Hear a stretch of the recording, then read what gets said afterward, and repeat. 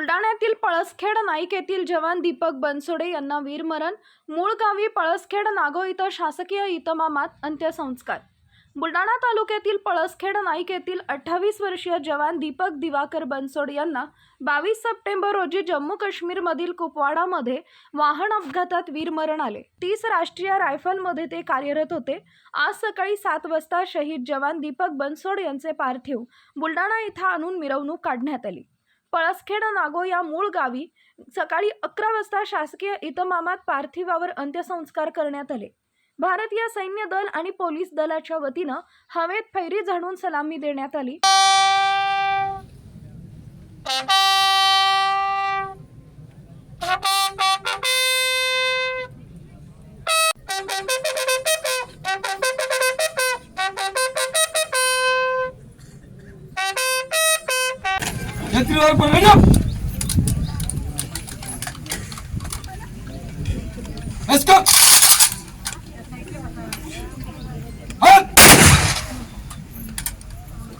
Let's go! Let's go!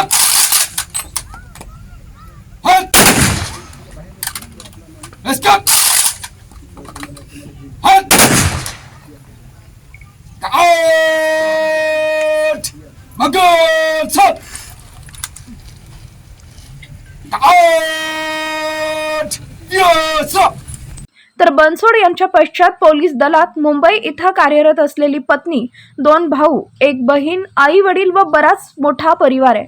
यावेळी बुलढाणा जिल्हाधिकारी, जिल्हा पोलीस अधीक्षक, तहसीलदार व माजी सैनिक आणि हजारोंच्या संख्येनं नागरिक उपस्थित होते. आपला विदर्भ लाईव्ह साठी देवानंद सानप, बुलढाणा.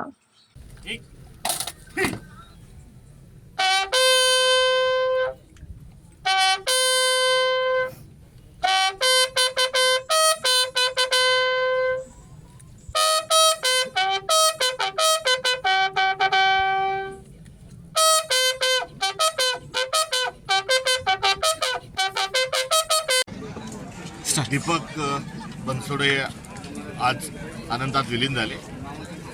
पळसखेड या पंचक्रोशीतील हा दुर्दैवी पहिला प्रसंग. आज आपण सुरक्षित आहोत कारण सैन्य त्या ठिकाणी सरहद्दीवर आपल्यासाठी काम करतं. 15 ऑगस्ट आणि 26 जानेवारी पुरतंच देशप्रेम नव्हे तर या सुरक्षिततेच्या अनुषंगानं आणि देश संरक्षणाच्या अनुषंगानं आपण नेहमी नतमस्तक असलं पाहिजे. भारत माता की जय आणि वंदे मातरम या दोन्ही जयघोषांचा जो अर्थ आहे तो अर्थ आपल्याला जाणून घेतला पाहिजे. हीच आज दीपकच्या अनुषंगानं असणारी श्रद्धांजली असं म्हटल्यास चुकीचं ठरणार नाही. दीपकची प्राणज्योत आज मालवली, मात्र देशभक्तीची जी ज्योत आहे, जो दीपक आहे, तो आज दीपक बनसोडेच्या माध्यमातून या जिल्ह्यातल्या, या तालुक्यातल्या आणि या पंचक्रोशीतल्या जवानांच्या जवळ निश्चित स्वरूपी चिरकाल राहील अशी अपेक्षा आहे.